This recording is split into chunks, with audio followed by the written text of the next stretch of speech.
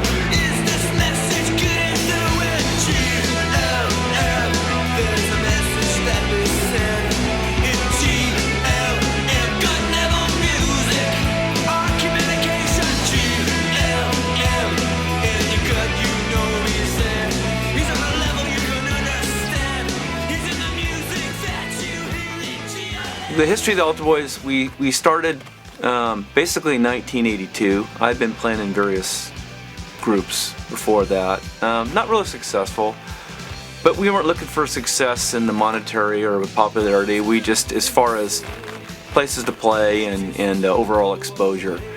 And I had gone to some concerts. My brother was in a band called Lifesavers. And I'd always kind of kept punk rock a little bit at bay. I wasn't sure what to think about it. I didn't like disco. I was more of a grand funk guy, and the Who and the Beatles.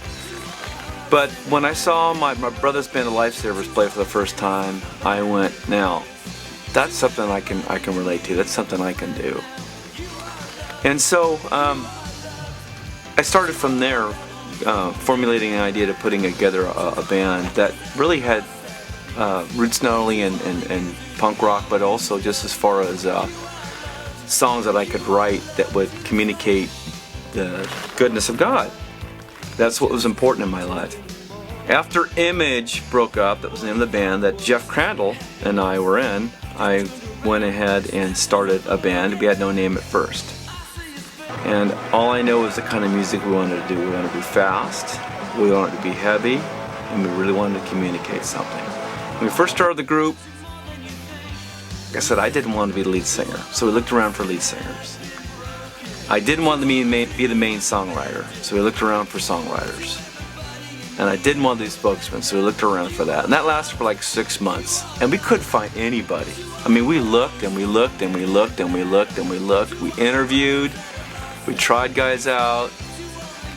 We did everything. We thought we'd find a guy and didn't want to do it. We thought we found some person. He wasn't a very good songwriter. He wasn't a very good guitar player. He was kind of difficult to get along with, whatever. And then finally, along the way, Jeff and I just decided, well, I guess I'll just do it. And I had written some songs. I guess I'll just write songs. I guess I'll just sing. I guess I'll just be the front man. Someone's got to do it. Job had to be done. I did it.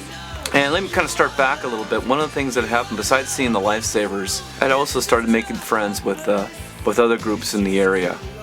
Undercover, the Lifters, and the Chosen Ones.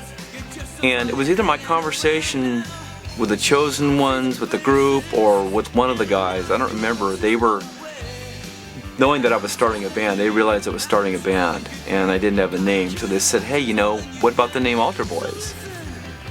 I thought, well, we're not really Catholic.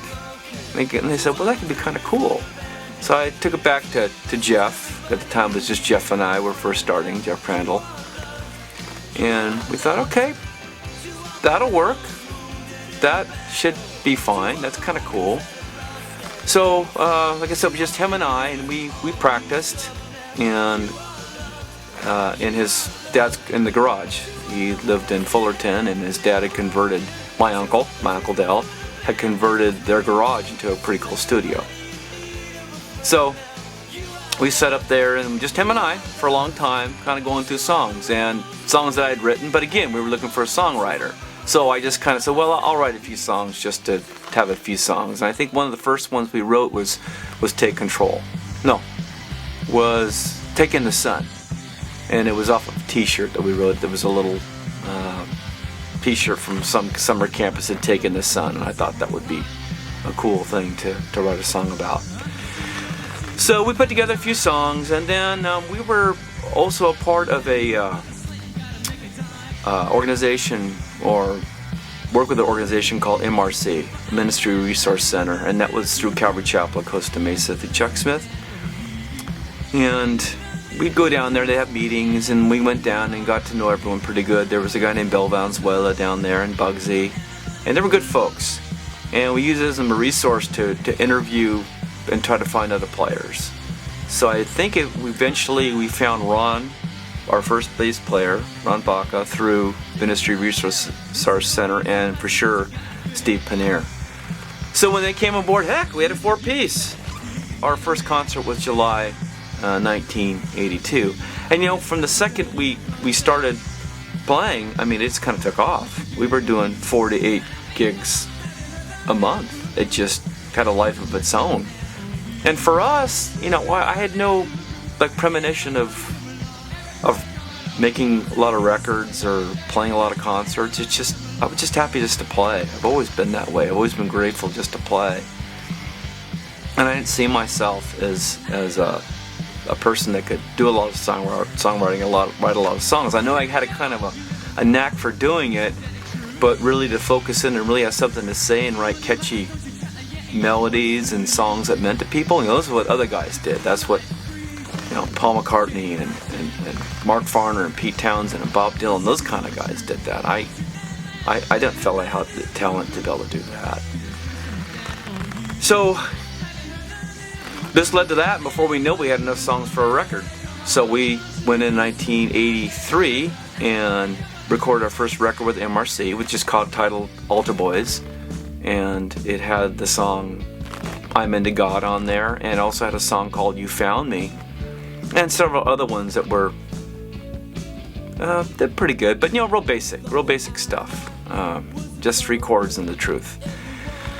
So we put that out, and it was received really well, and people would often call it the I'm Into God album, or the Fire album. It had a big bonfire in front of it, Altar Boys, Altar, it worked. So that did well. We put that out, and then I just kept writing. And I remember one day coming up with this song, something about a rebel, in '84, and I refined it to When You're a Rebel. And I thought, well, I can't sing about being a rebel. That's rebellious. That's rebelliousness against God. You can't sing about that. So I wasn't quite sure what to do with the song, and I showed it to some of my friends and some pastors, and they thought, well, this is cool. This is kind of redefining the term rebel. So I finished it off, When You're a Rebel, and then sometime in late '84 we had enough songs to do our second record, which is When You're a Rebel. And we did that through MRC, also through what was called, I believe, Broken Records at the time. Maybe I'm wrong. I have to look back, but I think it was Broken Records. So we did that, and it was produced by Bill Badstone, and it was recorded at Whitefield Studios and a studio in Anaheim that I don't remember the name of. And it was mixed by Mark Hurd, and he had a little studio truck up in Glendale, and he took the mixes over, and I think he did a pretty good job.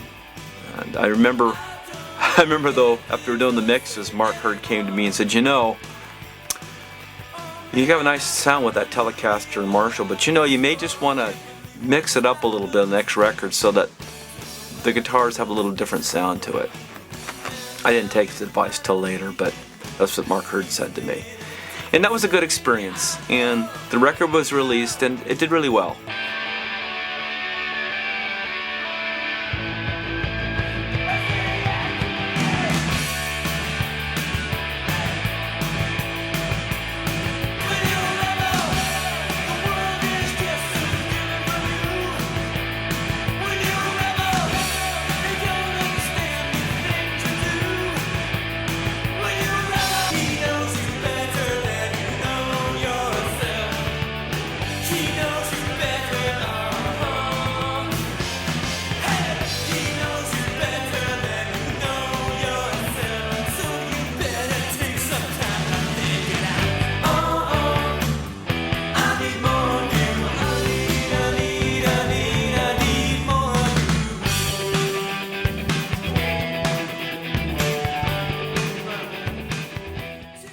In late 1984, Steve Pinnier decided to spread his wings, left the band and joined up with former Undercover lead singer Bill Walton to form the Fourth Watch. Although Steve did play some lead on the Rebel project, Altar Boys were essentially scaled down to a trio, and we decided to keep it that way until 1989 when Steve returned to the group. Ron Baca, our first bass player, left the group, and Ric Alba, who was from a band called Undercover, had left Undercover and decided to join us. And so he'd come in 1983 and really had lifted the musical quality of the band quite a bit by when he was added in. And he wrote a song for When You're Rebel called Does God's Heart Cry, which was a really great song.